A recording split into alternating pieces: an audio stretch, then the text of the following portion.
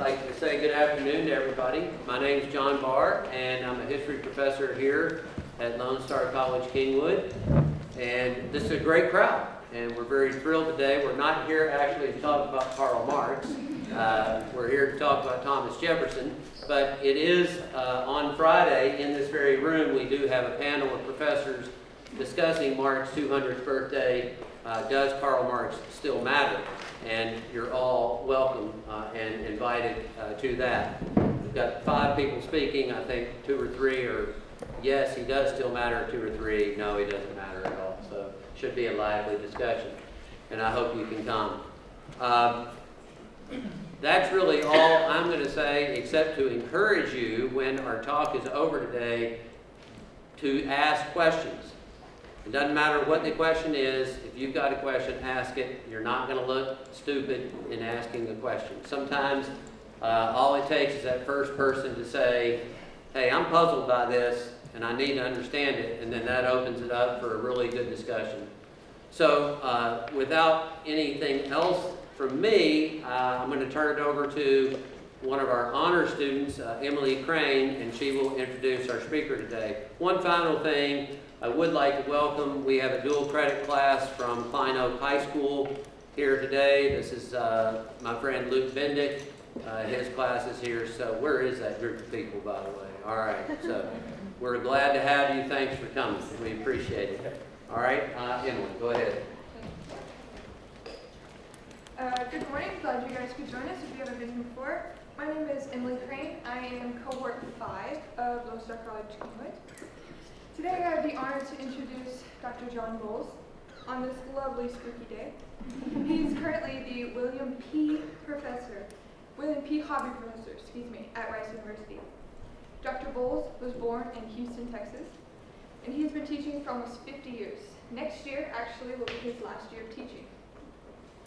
He has a wide array of publications to his credit, including authored books, edited books, articles, and journals that are too numerous to list. Some of his samples include The Irony of Southern Religion, Slave Culture, The University So Conceived, A Brief History of Rice, and of course, Thomas Jefferson, Architect of American Liberty, which happens to be the subject of our lecture today. Thomas Jefferson is one of the founding fathers of democracy, and his relevance can still be seen today. As most of you are well aware, voting season is all around us. And if you haven't done so already, I would encourage you to exercise your right to vote if you can, of course. I think you would agree that Dr. Boles is nothing short of impressive. So if you wouldn't mind joining me in welcoming Dr. Boles.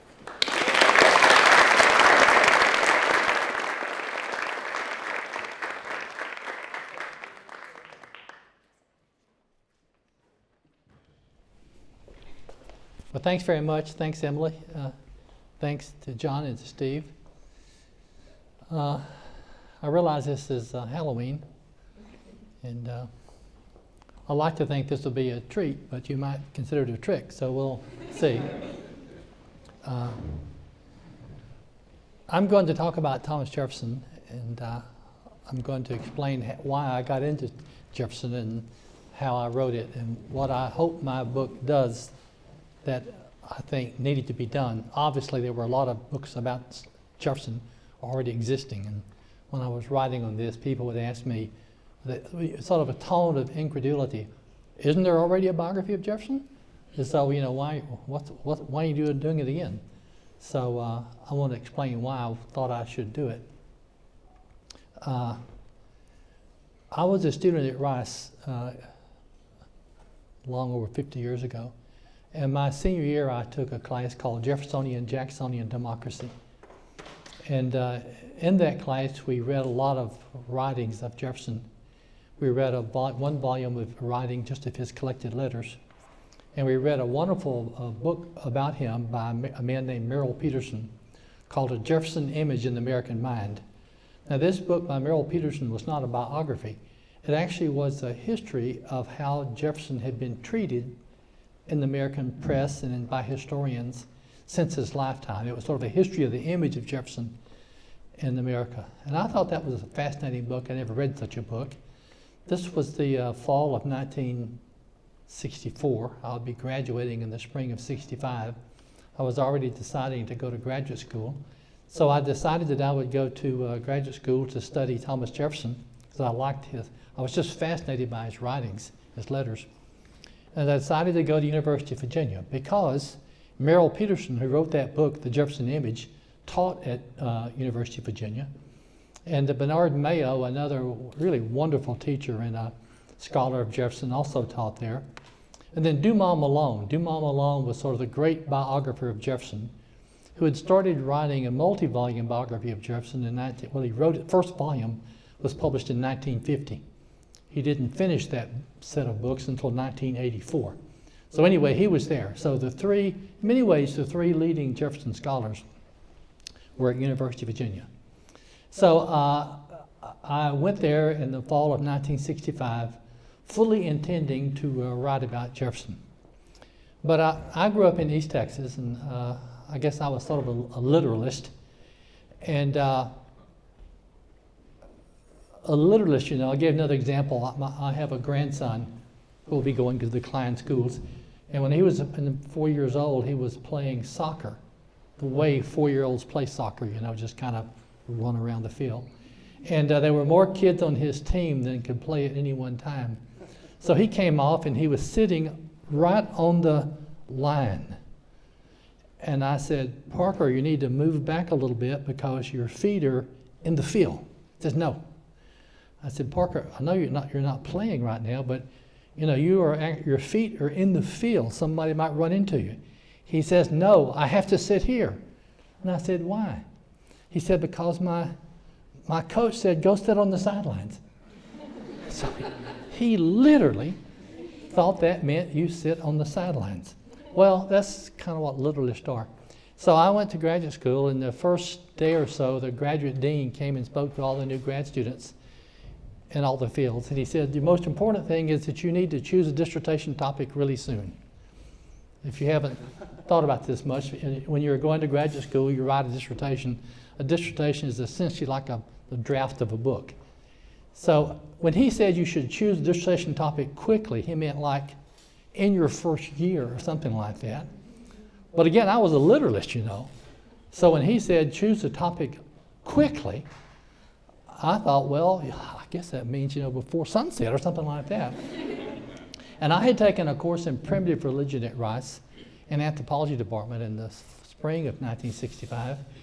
And we read about primitive religion all over the world.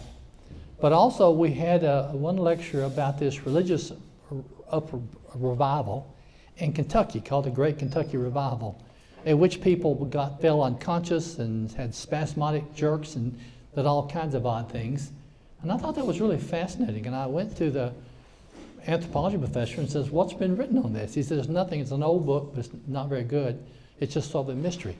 So that sort of puzzled me, in part because I had grown up in East Texas, and of course, like all people in East Texas, I had gone to the Baptist church for Sunday school and so forth.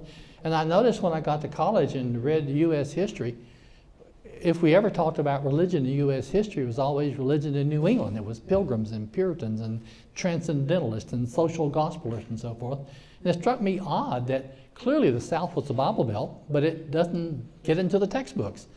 So that was sort of on my mind. So when the guy says, choose a topic quickly, I thought, that's what I'll do. I'll study this great revival and how it was that the South became the Bible Belt. So it's kind of odd. I went to University of Virginia specifically to study Jefferson, but I ended up writing a dissertation on a religious outbreak in Kentucky and Tennessee between 1800 and 1805, and that eventually was published as a book called The Great Revival. And in the academic field, if you publish one book, if it does very well, then you're sort of typecast like movie stars. You're in a movie and they expect you'll do the same thing every time. So I was asked to do a book on religion, another book on religion in Kentucky. And that led to a book on, it had a chapter on slave religion. And that chapter led to a history of slavery. And that led to that book called The Irony of Southern Religion. And that led, so I just found myself being caught up because I was typecast as a Southern religious historian of writing books on different aspects of Southern religion and culture. And that eventually led to a 2-volume textbook on the history of the South and other kinds of things. And I got involved in editing the Journal of Southern History. So in 2013, after having taught for 45 years or so, I retired as editor of a journal, and I thought, I went to graduate school nearly 50 years ago to study Jefferson, and that was 45 years ago, and I haven't written a book on Jefferson yet. So if I'm going to do this, I better get moving, because, time's a-wasting. So I began to think really seriously about Jefferson. Now, I had taken the Jefferson seminars when I was in graduate school, Merrill Peterson seminar and Dumont Malone seminar, and I had basically kept up with Jefferson scholarship over this time, but I had not specifically researched Jefferson. And so I began to think about doing it then in 2013. Again, when I start thinking about writing a biography of Jefferson, remember, I've been reading about Jefferson for 45 years. It just hasn't been focused solely on Jefferson. And I realized that the historical world had changed amazingly since 1965. If I had written about Jefferson in 1965, Jefferson was universally admired in the early 60s. Certainly he was admired at the University of Virginia. And we talked about Jefferson as the father of American democracy. And we talked about, in UVA, he talked very reverentially about Mr. Jefferson, whose house is up there on the mountaintop, Monticello. And Jefferson was probably the most popular American president, past president, in 1965. So if I had written about Jefferson in 1965, I would have done it in the context of Jefferson as this father of democracy. No complications to that definition. But just at that time, that was in the midst of the civil rights movement. And unless you were living under a rock, you had to become aware in the mid-60s, certainly if you lived in the South, that the nation in the South particularly has this huge problem with slavery. And that problem of slavery didn't end in 1865 or 1954, but we were still living with it. And so race and racism and the consequences of race became a huge issue in American history.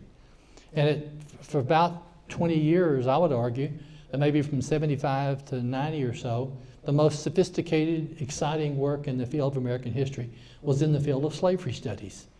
That happened after 1965. And also in about 1970, women's movement, the women's history, developed in the South.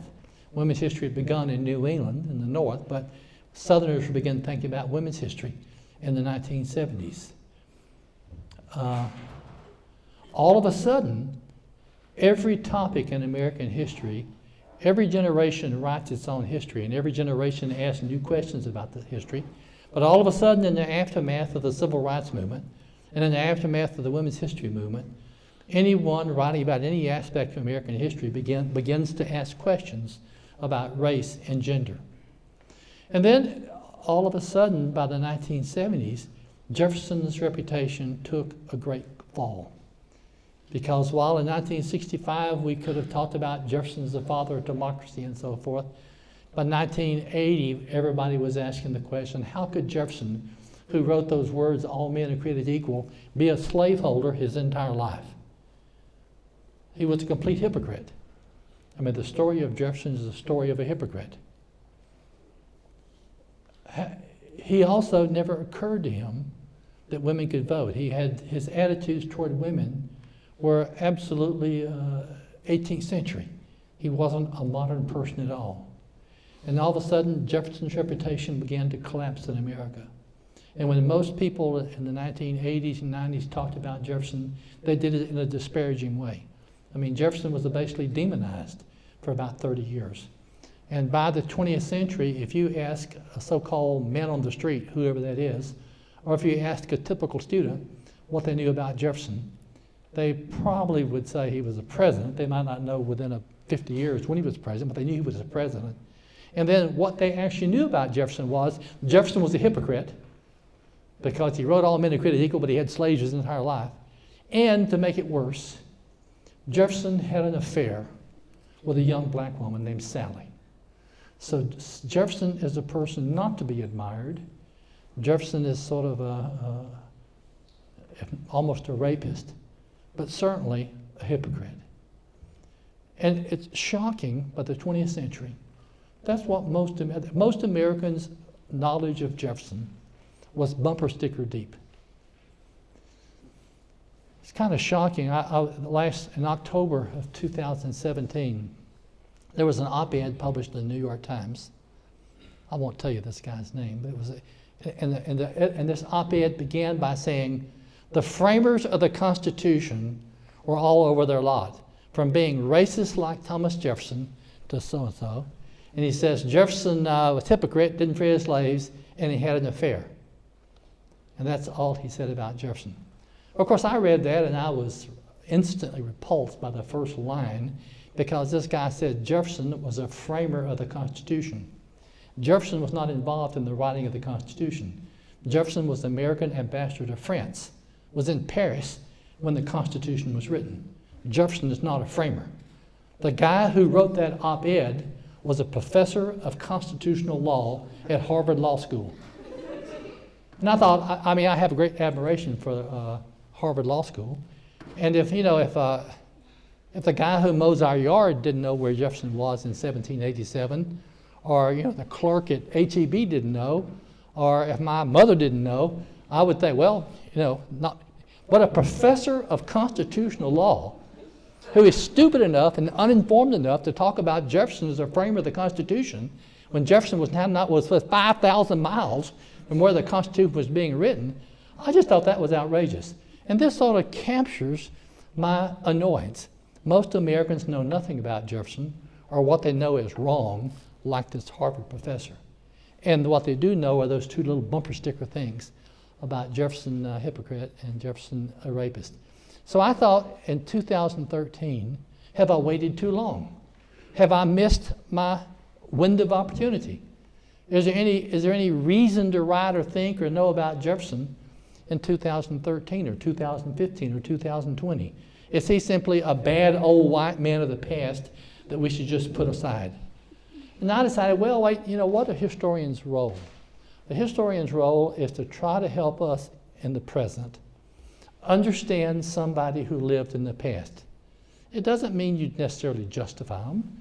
It doesn't mean that you necessarily admire them. It means that you want to understand what made them think, what made them tick, how did they live, on what basis did they come to conclusions. And I thought, how do you go about doing that? Well, one of the things you have to do is you have to read what they wrote. So I thought, one thing I can do is I can just sit down at my desk in my library. My office is in the library. I can just sit in my desk and I can read every word Jefferson wrote. Now, that's easier said than done, because Jefferson every morning got up and washed his feet in cold water. Then he wrote letters for about 4 hours. And Jefferson wrote somewhere between 25 and 30,000 letters and all kinds of speeches and so forth. And they haven't yet finished editing all Jefferson's letters, but there have already been published 53 volumes of his letters. There's about another 20 volumes to come. Plus he wrote all kinds of speeches and government papers and reports and so forth. So, being a literalist, I just got volume 1, page 1, and read the first Jefferson letter he wrote, and then just systematically read through all 30,000 letters. And read his speeches and talks and government papers and inaugural addresses and so forth. So I thought that's the first test you do, is you become familiar with, intimately familiar with his papers. So I bought all the volumes, and I indexed them myself and took notes in them and so forth. So I was really studying what Jefferson wrote.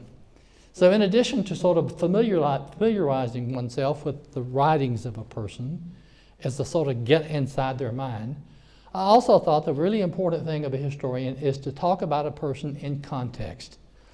Jefferson is not a 21st century person. Jefferson is essentially an 18th century person. And a lot of his attitudes and a lot of his practices are consistent with the 18th century.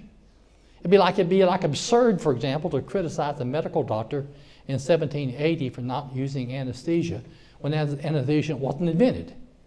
And so it doesn't make sense to criticize Jefferson for not having attitudes that we would have in 2016, but were not current in 1780. So I thought, so you read a person's papers And then you put a person really carefully into their context. And that means not just simply the life and times of when that person is living, but you have to consider the race of that person, the gender of that person, the status of that person, the sort of attitudes and ideas that dominate that person. That is, so you really try to get inside the mind of a person and understand how they thought and how they acted. And then I thought, I want to write about Jefferson in a way, I don't want to use jargon. I want to use a language that's accessible to any intelligent adult. And I wanted the book to be relatively short. I mean, you may not think that's short, but I mean, Dumas Malone's biography is 6 volumes, and each volume is about 600 pages. So there's a 3,600-page biography. And I thought the only other really good biography was by Merrill Peterson, published in 1970. It's 1,030 pages of little tiny print. So I wanted to write a book that was shorter than 6 volumes and shorter than 1,030 pages, but written in language that was such that any person could read it and understand it. I wanted to avoid jargon, and I wanted to explain meaning and context and so forth. So that's what I set out to do. Okay, so there's the book. Now I have to admit, when I first turned it into the printer press, it was a good bit longer than that. And my editor read it and said, this is really good, but no one but a person like you would buy a book this long. And said, I want you to cut it by about 250 pages. He said, we could do it, but you can do it better than us. And that was just excruciating. Because, you know, I mean, there wasn't a word in there that didn't belong, and there wasn't a single story that wasn't apt. And every quotation was perfect, but I had to cut it. So I spent 8 or 9 months just going over my manuscript, reading it and reading it and reading it, shortening and condensing it without, I thought, losing the character. So the final result is that book that came out in 2017. So how do I want to portray Thomas Jefferson? I want to portray him holistically. Holistically. Not only put him in the time and culture in which he existed, but I want to talk about Jefferson not simply as an intellectual or as a politician or as a president, but I want to talk about him as an author and as a scientist and a paleontologist and an etymologist, and Jefferson as a father and as a husband and as a grandfather. I wanted to talk about Jefferson in all the varieties of his life. Jefferson was the first American architect. He was the father of cryptology, writing and making codes. Jefferson was, I mean, if there ever was a Renaissance person in America, it was Jefferson. So I wanted to capture that aspect of Jefferson, that amazing hunger for knowledge. And then I wanted to talk about him as a politician, and as a statesman, as an intellectual, as a philosopher. So I began by talking about Jefferson's life. I describe how he he studies with a local minister for several years, and then when he's 17, he goes to the College of William Mary as a sophomore. He takes courses for 2 years, then he quits. He never gets a degree because he's way, way beyond the requirement of any degree. And basically, if they'd given out PhDs, I guess he'd gotten a PhD, but he just quit going. And then he studied law for a few years. And one of the stories that indicates his brilliance is when he was 17, he goes to College William Mary there in Colonial Williamsburg. Of course, then it was just Williamsburg.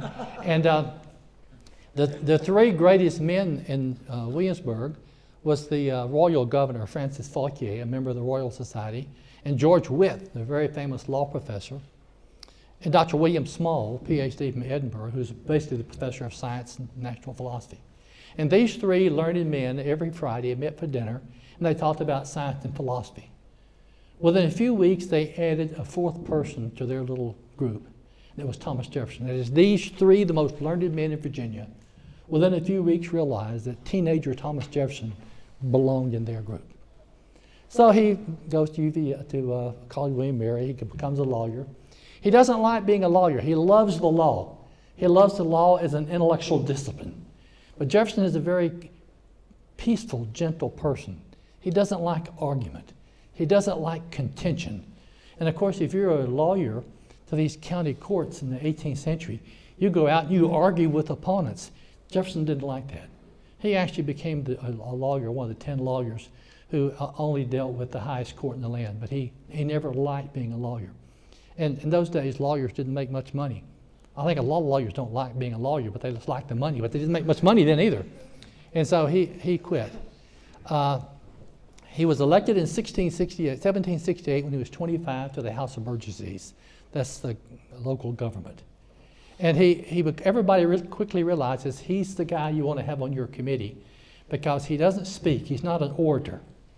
But you put him on a committee, and he'll do all the research for the committee. He'll do all the thinking for the committee. And he writes like an angel. So you put him on your committee, and you just he does it. And so people began to know who Jefferson was. They began to realize the quality of his mind. This is the time, 1770, 71, 72, the American Revolution is on the horizon.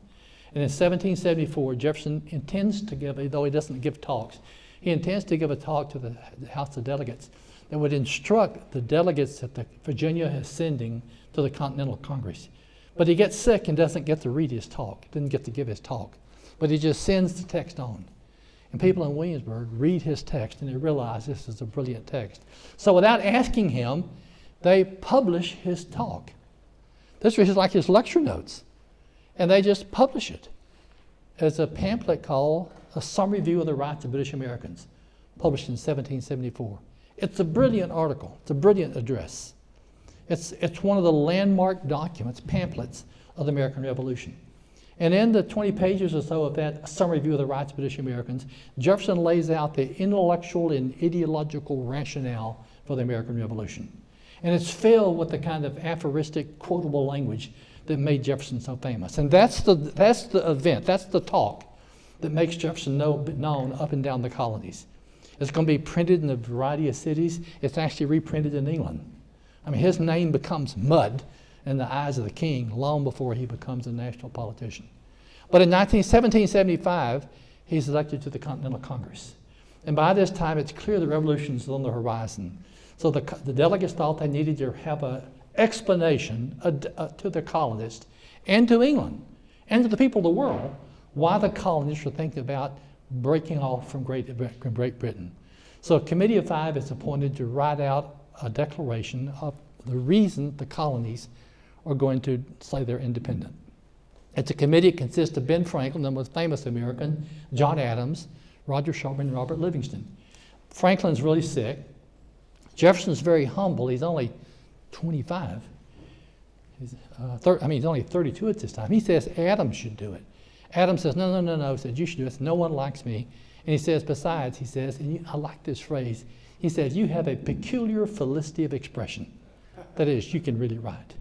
And so young Thomas Jefferson, there at 30, and this time he's 33, he writes the Declaration of Independence. And of course, it takes a while for it to be known that he was the author of it, but it's an incredible document. Now, if I had time, I would sort of explicate that document because it's a whole lot more meaningful than people now know, in part because Jefferson's original document was a good bit longer. Congress went over and edited and cut out about 25% or so of Jefferson's original, added some lines, and Jefferson's a wordsmith, hated every change they made. But the biggest change they made was Jefferson had a long attack on slavery in the Declaration of Independence. He talked about how evil it was for slavers to go to Africa and steal these men and women and deprive them of their natural rights. Of course, the delegates from South Carolina and Georgia don't like to talk about blacks as men and women, but they particularly don't like the idea that black people have natural rights. So that is cut out. Jefferson's offended by that, but you would see it as a more modern document if that had been left in. And then the war begins. Jefferson is going to become wartime governor of Virginia, 1779, 1781. That's not a very happy time because Virginia is invaded by the British. And the British almost capture him at Monticello. At the last minute he escapes. The British would love nothing better than capturing or killing the governor, but at the last minute he escapes. Some people have criticized Jefferson for being a coward because he ran away from the British troops who were trying to kill him or capture him. It strikes me as odd. I mean, a great admirer of Alexander Hamilton says that Jefferson was a craven coward by running off from the British troops. And I think, well, would it make sense for the governor of Virginia to stand there by himself with no troops and just say, come capture me and kill me? That would be a huge political advantage for So he waited to the very last moment, and then he got away. Anyway, so then Jefferson's going to be, people accuse him of cowardice. That hurts him deeply. Then I haven't talked about, because the book talks about a many variety of things. In 1771, he had married a young woman, a young widow, who had a little bit of baby. Her son had died. And she and Jefferson are going to live together, he says, for 10 years of uncheckered happiness. And she's pregnant a lot. She gives birth to a variety of children. But she nearly dies every pregnancy. And in 1782, she does die. And Jefferson is just incredibly distraught. I mean, he's almost psychologically destroyed. He passes out. He's unconscious. People are worried about would he survive this? Was this life over? It's kind of odd because Jefferson was very much a man of reason who disparaged sort of displays of emotion. But his response to his wife's death was shockingly emotional. His older daughter, Maria, is the one who sort of gets him out of that depression, sort of brings him back to the life of the living. And then he is offered an opportunity to go to France, maybe to sign the peace treaty. But before he can get there, the peace treaty ends up being signed, so he doesn't get to go.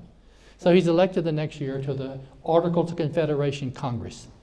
You remember from a U.S. history course, the Articles of Confederation government was ratified in 1781. So Jefferson's now a member of the Articles of Confederation Congress. He's on every committee, and he does all kinds of things. He writes a very famous report in 1784 that deals with how they're going to deal with the land that's this side of the Mississippi, west of the Appalachians, the new territory the nation had got.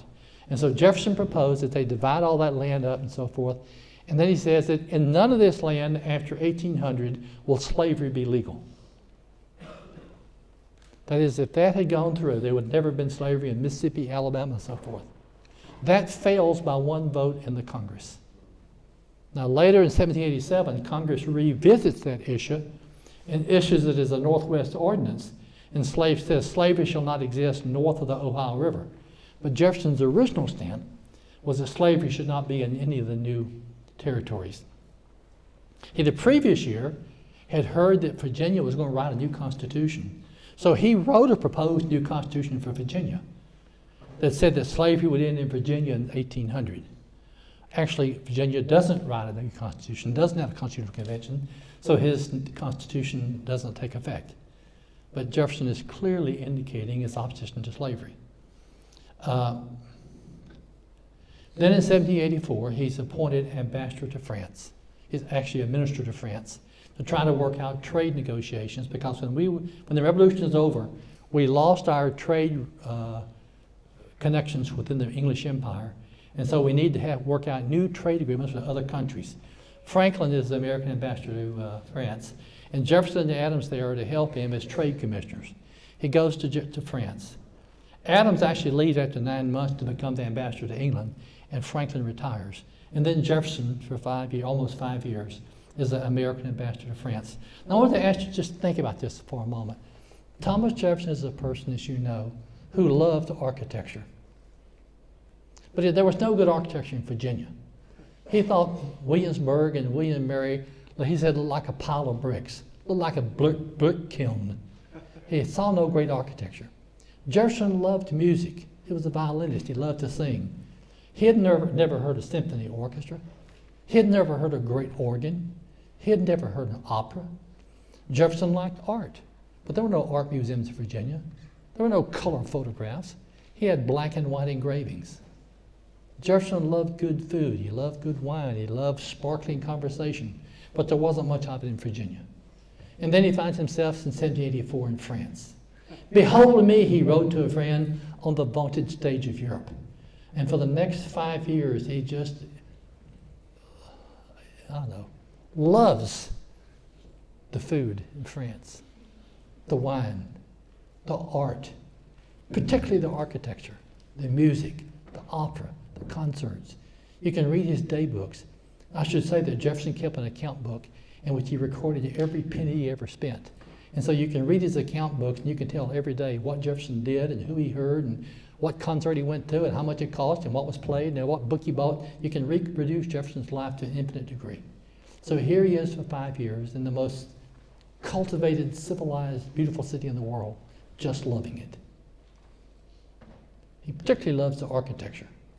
He's asked by the state of Virginia to come up with a design for the new state capitol.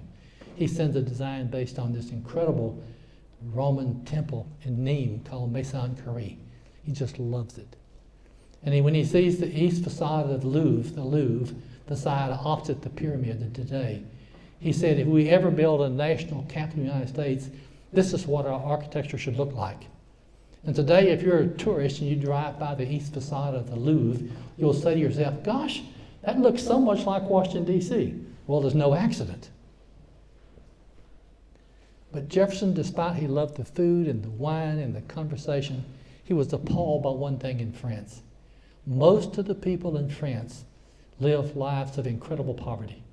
You could see on their faces the look of desperation and fear. I mean, it's true there was the king who lived in unbelievable splendor at Versailles.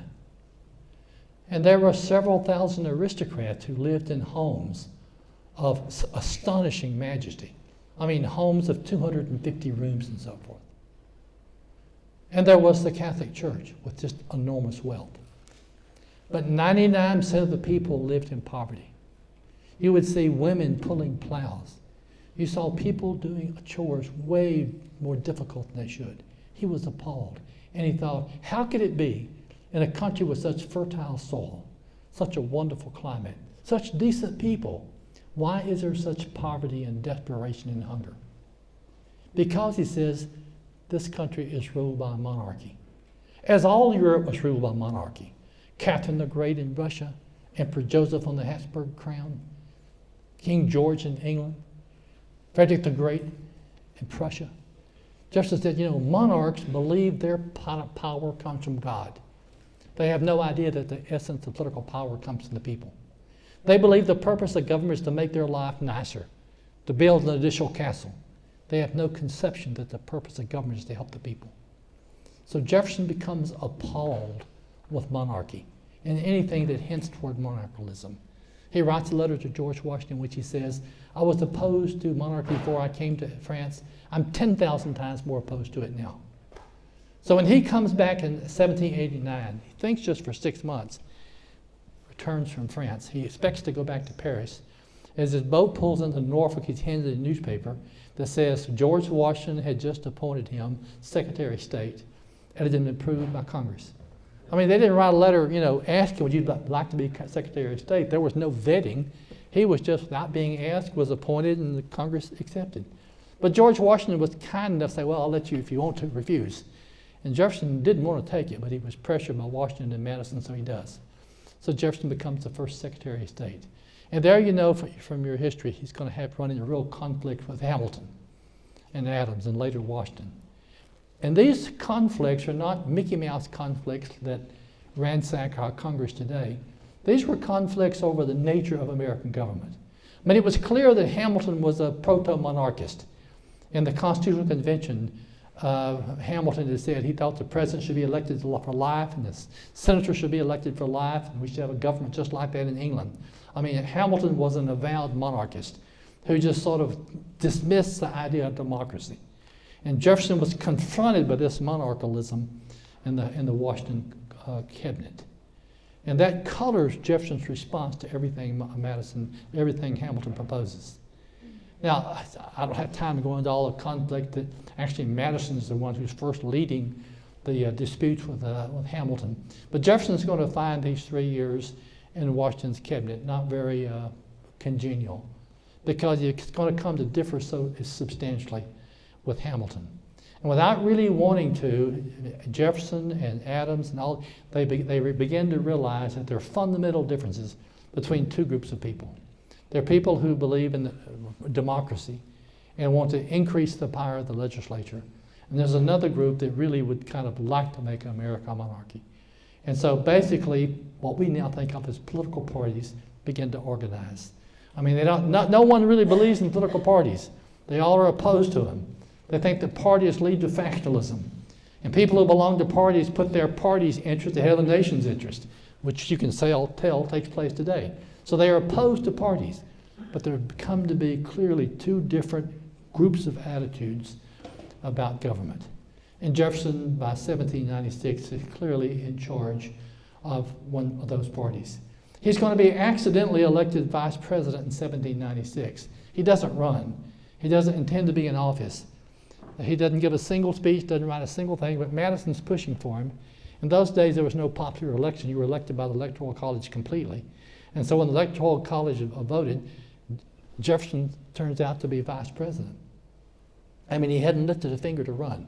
And of course, the odd thing is the president was his enemy, John Adams, because the Constitution said electorals meet and they vote for the two people they think most out to be president. There's no ticket. There's no party in which there's clearly a president and a VP. So Jefferson becomes vice president to Adams, the person that basically he was running against. So it's four sort of tumultuous periods. Hamilton basically dismisses Adams. Hamilton takes over and sort of tries to rule instead of Adams. And Hamilton really has Bonaparte-type ambitions. You think Jefferson disliked Hamilton. The person who most disliked Hamilton was John Adams. Actually, Abigail Adams hated Hamilton even worse than Jefferson. So it's an age then that, I say all this because this mythical romantic play that everybody knows about on Broadway presents this incredibly biased, one-sided view of Hamilton, who is this great, powerful, abolitionist and so forth, which is just monarchy, and doesn't capture that elitist, anti-democratic sentiment that is Jefferson. So real political opinions arise, and by 1799, the nation is sort of rent by different political attitudes. In 1800, there's a very disputed election, and Jefferson and Burr have the most number of votes. And so the election goes to the House to make a decision. Aaron Burr, everybody knew, was Jefferson's VP candidate, but since they didn't have a VP designation, he and Jefferson had the same number of votes. And so the Federalists, the Hamiltonians, thought, we can elect Burr instead of Jefferson. Now, Hamilton's going to soon change his mind, but the Federalists say they despise Jefferson because they see Jefferson's too democratic, too reformist. And they think Burr is a person totally without principle. Great. If he's totally without principle, we can buy him off. I mean, so they begin to advocate, let's vote for Burr because we can control him. Hamilton then comes to his senses, and he realized he had disagreed a lot with Jefferson, but he realized Jefferson was a man of principle. So he turns his amazing energy to prevent Burr from being elected. On the 37th vote in the House, Jefferson's elected president in mid-February 1801. He's to take office March the 4th. He has about 2 weeks to put together a government. And then he writes an inaugural address, Jefferson's first inaugural address, which is one of the greatest inaugural addresses. And he realizes there's a lot of hate. It had been a very hateful presidential election. And he had been accused of being a French radical and an atheist who destroyed the churches and so forth. And Jefferson realized he had to scale down this hate. So he gives a very peaceful kind of inaugural address. He says, we all share most of the same beliefs. We're all Republicans, we're all Democrats. And then he lays out in just incredibly eloquent language what he stands for, what he called his political creed or his political faith. It's a remarkable address. Jefferson's going to be president for two terms. The first term is most famous for the sending out the Lewis and Clark expedition, and then also the purchase of Louisiana. The second term, as many people's second terms, gets a whole lot more contentious, in part because of the embargo. But in 1809, Jefferson, after having served 2 terms as president, is ready to retire. He's more than ready to retire. He can hardly wait. Now he's going back to Monticello. Monticello, by the way, he had built in 1771 as a kind of a plain 2-story Palladian house. But when he was in Paris, he loved a new palace being built by the Prince Salm of Germany. So he decides when he gets back to the United States, he'll renovate Monticello. So he begins renovating Monticello in 1794. It takes 15 years.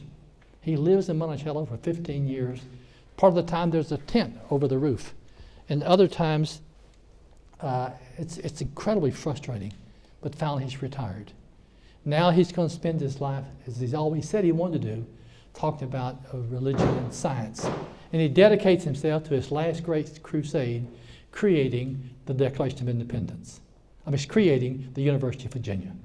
And it's nowadays you just think UVA is a nice campus and so forth, but it was, in terms of its organization and its curriculum and its architecture, really remarkably new when it opened in 1825. Jefferson had spent much of his life arguing against slavery. And that some review of the rights of British America in 1774, he had criticized the king for not letting Virginia stop the slave trade. He had had that statement in the Declaration of Independence opposing slavery that was taken out. His very first act as a congressman in 1768 was arguing to make it easier for people to free their slaves. And then he proposes that Constitution of Virginia in 1783 that would have ended the slavery in Virginia. And then that land document that would have ended slavery in the territory west of the Appalachians. But he comes to believe by the 1780s that his group, his generation, is too racist. They can never free the slaves. And so he puts all his hope in the new generation. He believes the young men then at the College of William and Mary, who are sort of growing up with liberty in their blood, that they would be able to do what his generation was not able to do. They'd be able to free the slaves. The odd thing is, Jefferson, who was a committed opponent to slavery, never freed his own slaves. Why not? Jefferson was in debt his entire life, mainly because his wife's father died, and she, which meant Jefferson, inherited not only the land of his father-in-law, but also all his debt. So Jefferson inherits through his father-in-law's death, huge debt. There was a law passed in Virginia in 1792 that said if a person is in debt, any slave that person might free can be seized by his debtors. So Jefferson didn't, in some sense, have the legal freedom to free his slaves, because if he did, any of them could be just stolen by his debtors. He begins to hope by the end of his life, maybe he can free his slaves, and he would like to be able to give them land and tools and so forth to set them up so they could be free. But their law is passed in Virginia, 1806, says if you free your slaves, within 1 year they have to leave the state or they'll be re-enslaved. So Jefferson could not free his slaves and divvy up the land of Monticello and hand out to his freed slaves.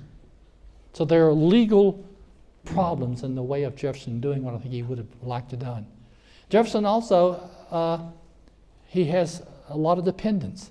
He has children and grandchildren and aunts and uncles he's taking care of. At any one time, there are 15 or 20 people living at Monticello that Jefferson's responsible for. And he doesn't know how he thinks that's a sacred responsibility to take care of your dependents. But how can you do it without slaves? So Jefferson finds himself that even though he is a lifelong opponent to slavery, he is caught up in a series of moral and legal problems that prevent him from doing what he would like to have done. Nevertheless, to the end of his life, he believes slavery is ending. He doesn't know how it's going to end. He has almost a mystical belief that somehow God is going to take care of this.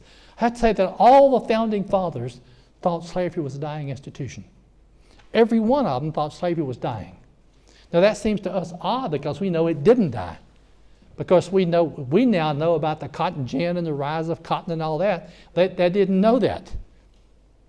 All the founding fathers believed that slavery was a dead, dying institution, and for them the most important value was to protect the new Union.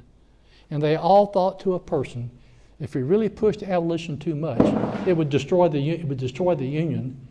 But that's unnecessary because slavery is a dying institution. They were wrong on both those counts. The new nation wasn't fragile, as they thought it was, and slavery was not dying. So by the end of his life, Jefferson he's broke, he's still in debt, slavery still exists. He was a person who was a congenital optimist. But at the end of the life, he was frustrated by how things hadn't turned out the way he wished. He thought his three greatest accomplishments was the writing of the Declaration of Independence, the writing of something called the Virginia Statute for Religious Freedom, which establishes religious freedom in this country. Religious freedom not just for Christians or Catholics or Jews, but for Muslims and Hindus. I mean, he really believed in real religious freedom. And the University of Virginia. He wants, if there's one line that sort of summarizes Jefferson, it's in a letter he wrote in 1821, in which he wrote about the illimitable freedom of the human mind. The Declaration stood for political freedom, the Virginia Statute for religious freedom, and University of Virginia freedom from ignorance. So Jefferson is going to die in 1826, July 4, the 50th anniversary of the signing of the Declaration of Independence. And he can look back in many ways over many accomplishments, but several things he most hoped for didn't happen. So I just think Jefferson has a lot more complicated, complex, eventful life that cannot be summarized in those little bumper stickers. Jefferson's a hypocrite who has an affair. Time's up.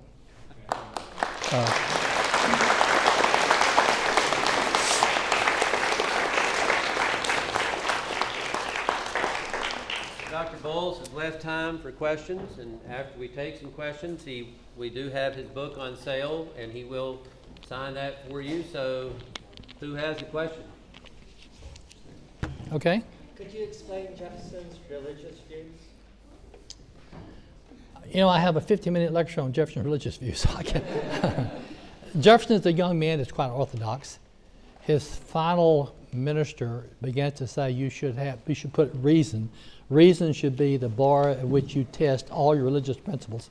And then he went to College of William Mary. His major professors, Small and Whitworth, both say that reason is, God put reason in your mind so you could understand things. So you shouldn't believe just on the basis of dumb faith, blind faith, but you should believe what your mind says is rational. And so for a few years in the 70s, he basically departs from his orthodoxy and becomes, I would call, a seeker, a person who doesn't know what he believes. And he thinks maybe the greatest moral teachers were the writers of antiquity, the Greek and Roman philosophers. Then in the mid-70s and early 80s, he begins to change his mind. He meets a Reformed Anglican minister in England named Richard Price. He begins to read his sermons. He begins to reread the New Testament. In 1793, he reads Priestley's History of the Corruptions of Christianity. By 1800, he's decided that Jesus is the greatest moral teacher of all time. He's moved from thinking the ancient philosophers were the greatest to believing Jesus was. He does not believe, and he says Jesus never claimed to be divine. He says Jesus is the best example you can be of humans, and he wrote the most profound moral lessons of any person in history. So his beliefs developed from that. So he begins to argue. He says, I am of a sect by myself. He says, I don't ask people what they believe. I don't say you should believe what I believe. I think everybody should read the New Testament, use their brain, use their reason, and decide what they believe in. And he said, this is what I believe in. He believed that there was one God, all-powerful, the Creator. He believed that Jesus was not divine, but the greatest moral teacher of all time. He believed that God controlled every aspect of the universe, even gravity and how nations worked. And he believed there was life after death. And he says that's all Jesus ever asked. So the idea of the Trinity, that's a man-made idea. That word's not in the New Testament. So while people thought he was radical and atheist and so forth, he came to believe that he was a Christian as Jesus would have wanted. Now, I have to say there's no modern denomination that would say that is the limit, that is all you have to learn. But that was Jefferson's view. He was not an atheist. He was a deist of a certain kind, but he had amazing admiration for Jesus as a person and for a moral teacher. And he believed in life after death. So make of that what you wish. I mean, he's not orthodox anything. Okay? Do you believe in 100 years that we'll still think that Jefferson was important, like even his beliefs and still be relevant? Yeah, I mean, we may even think he's more believed. I mean, as long as we believe in freedom of religion and freedom of speech and the role of reason, as long as we believe in humans being able to make their own government, I mean, Jefferson will live forever. Yeah. And in that sense, I think he is the architect of American liberty. Okay? What did you learn about his relationship with Sally Okay, I was thinking this. So Jefferson, as you know, does have a long-time relationship with a young woman named Sally. It's not clear exactly how it came about. I mean, we know he was in France with his daughters, and his younger daughter was coming over, and they were supposed to send, he thought, an older slave woman to kind of be her nursemaid. But that woman got sick, so they sent 14-year-old Sally, who was kind of her playmate. And Jefferson sort of nonplussed when she arrives, didn't know what to do with her. And she's there 3 years. And it somehow Jefferson notices there's this very attractive young woman in his household. Sally is extremely light complexioned. She is the half-sister to Jefferson's departed wife. And she has, everybody said, an uncanny resemblance to his departed wife, even the way she kind of walked and talked. So here's Jefferson, a 45-year-old man. He discovers, surprisingly, in his household, is this beautiful young woman who looks so much like his departed wife. We don't know exactly what happened and when it happened. There's some rumors that when she came back from 1789 that she was pregnant. There's no incontrovertible evidence of that. But clearly in 1794, after he returned from the Secretary of State, he and Sally began a long-term relationship. The person who studied this most carefully is Annette Gordon Reed, a black woman who's a historian at Harvard, who spoke here a couple of years ago. And she has a wonderful book called The Hemmings of Monticello that won the Pulitzer Prize. And she argues that Jefferson and Sally Hemings have a long-term, consensual, affectionate relationship. We probably could say love. And she says, you know, you can often say that when planters had an affair with slave women, it was something kind of like rape, but not all the time. And to say that Sally had no role in this is to deprive her of any sense of agency. So Annette Gordon Reed says that, again, she calls it a long-term, consensual, mutually consensual relationship based on affection, if not love. And she only has children when we can show that Jefferson was in Monticello 9 months before. She never has children when Jefferson's not around at the right time. And Jefferson promises that he will free all her children. So at the end of his life, he frees her children. He does not free her because if he freed her, she'd have to leave the state. So he works a deal out with his daughter that treat Sally as free. He'll give her a house and she will live as though she's free. But if I technically free her, she'll have to leave, and she doesn't want to do that. So I think Jefferson does have, I think if we say affair or rape, it sounds horrible and hateful. At least Annette Gordon Reed holds out the possibility that it's a relationship based on love and respect, which, you know, okay? What was Jefferson's relationship with the rest of his slaves? Rest of what? His slaves. Were they like... Oh, by all accounts, by ex-slaves and so forth, he treated them very well. But I mean, that's kind of a complicated thing, you know. I mean, treating your slaves well. I mean, you could have somebody who beat them and misfed them and all that, but still, you know, he was a slaveholder. In his own light, he is a kind slaveholder. Make sure they have adequate food and clothing and medical care and so forth, but he doesn't free them. And I say he thinks that slavery is wrong. He thinks it's dying out, but his hands are tied by those 1792 and 1806 laws. So, okay? So you mentioned these laws about slaves being freed and being enslaved. Are there a lot of people freeing their slaves that are brought upon these laws, or why would they? Most slaves who are voluntarily free, there is an increase of people freeing the slaves. The term is manumission, following the American Revolution. That most of that happened before that 1806 law said that if you freed the slaves, they had to leave. And most people who freed their slaves were not terribly in debt.